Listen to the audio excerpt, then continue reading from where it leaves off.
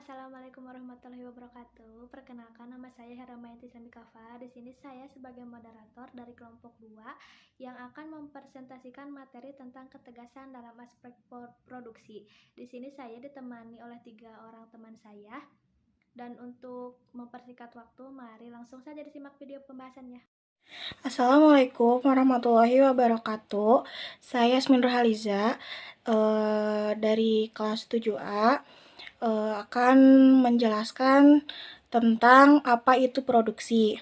Produksi menurut Primyas Tanso dan Istiharoh tahun 2006 merupakan kegiatan dalam mengolah bahan baku atau bahan mentah kemudian menjadi bahan jadi atau setengah jadi yang dapat dimanfaatkan atau digunakan oleh konsumen dan mempunyai nilai lebih.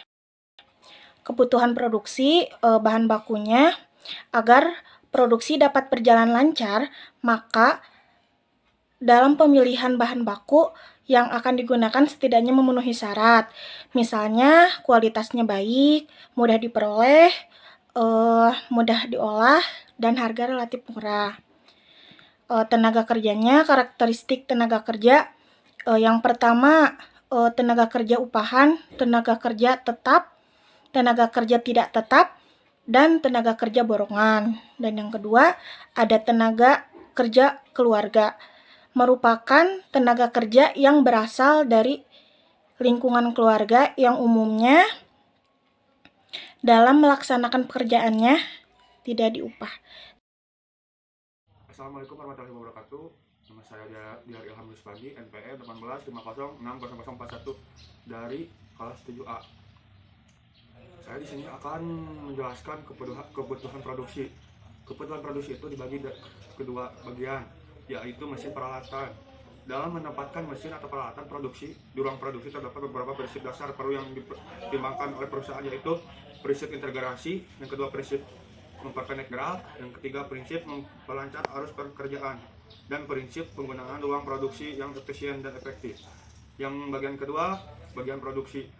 Biaya produksi terdiri atas dua bagian besar, yaitu satu, biaya menurut perilaku.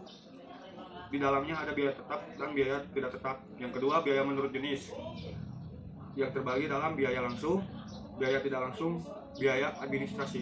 Terima kasih. Untuk materi selanjutnya, di sini saya akan membahas tentang proses produksi. Proses produksi dibagi menjadi dua, yaitu yang pertama ada proses produksi berdasarkan wujudnya dan proses produksi berdasarkan tipenya. Yang pertama itu ada proses produksi berdasarkan wujudnya, dibagi lagi menjadi 4. Yang pertama ada proses kimiawi. Proses kimiawi merupakan proses pengolahan bahan menjadi produk dengan mendasarkan pada sifat kimiawi dari bahan yang diolah. Contohnya kayak pembuatan kosmetik, pembuatan obat-obatan, pembuatan alat mandi kayak odol, sabun, dan lain sebagainya. Lalu yang kedua ada proses pengubahan bentuk. Proses pengubahan bentuk merupakan pengolahan bahan menjadi produk jadi atau setengah jadi dengan cara mengubah bentuk tersebut menjadi bentuk yang lebih bermanfaat. Contohnya kayak produksi pakaian gitu kan, yang itu kan asalnya dari ulat sutra dirubah menjadi benang dan dirubah lagi menjadi pakaian kayak baju, kerudung, celana, dan lain sebagainya. Lalu yang ketiga ada proses perakitan. Proses perakitan merupakan proses menggabungkan komponen-komponen produk menjadi produk yang lebih bermanfaat. Contohnya kayak produksi mebel, pembuatan lemari, pembuatan meja belajar itu kan gabungan dari beberapa komponen gitu ya, kayak dari kayu jati, paku gitu dan lain sebagainya. Lalu yang keempat ada proses transportasi. Proses transportasi merupakan proses pemindahan bahan atau produk dari satu tempat ke tempat yang lainnya di mana produk atau bahan itu dibutuhkan. Lalu yang selanjutnya ada proses produksi berdasarkan tipenya. Proses produksi berdasarkan tipenya terbagi lagi menjadi dua. Yang pertama ada proses berkesinambungan, di mana arus masukan berjalan terus melalui sistem produksi yang telah distandarisasi agar terciptanya produk yang homogen. Bentuk produknya bersifat standar dan tidak terpaku pada spesifikasi pemesanan. Nah, tujuan dari diproduksinya produk ini pada umumnya adalah untuk memenuhi ketersediaan. Contohnya mie instan, minyak goreng, gula, dan lain. Lalu ada proses terputus-putus. Proses yang biasanya menghasilkan produk yang berbeda-beda, prosedur yang berbeda-beda, dan bahkan dengan masukan yang berbeda-beda pula. Bentuk produk disesuaikan dengan pesanan konsumen. Nah, biasanya ini mah produk yang custom-custom gitu kayak kue bolu, kan itu mulai dari bentuk, rasa, warna, itu bisa kita milih sendiri. Terus kayak bisa dipakai tulisan yang kita mau gitu. Materi selanjutnya adalah pengendalian proses produksi.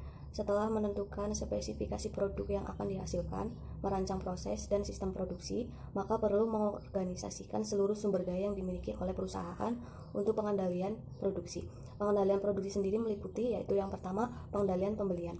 Dalam pengendalian pembelian ini melibatkan beberapa faktor yang saling terkait, yaitu kuantitas, kualitas, harga, waktu, dan pelayanan. Kemudian yang kedua ada pengendalian persediaan. Pengendalian persediaan dilakukan agar biaya yang dikeluarkan untuk penyimpanan dapat dikendalikan. Kemudian yang ketiga, pengendalian produksi.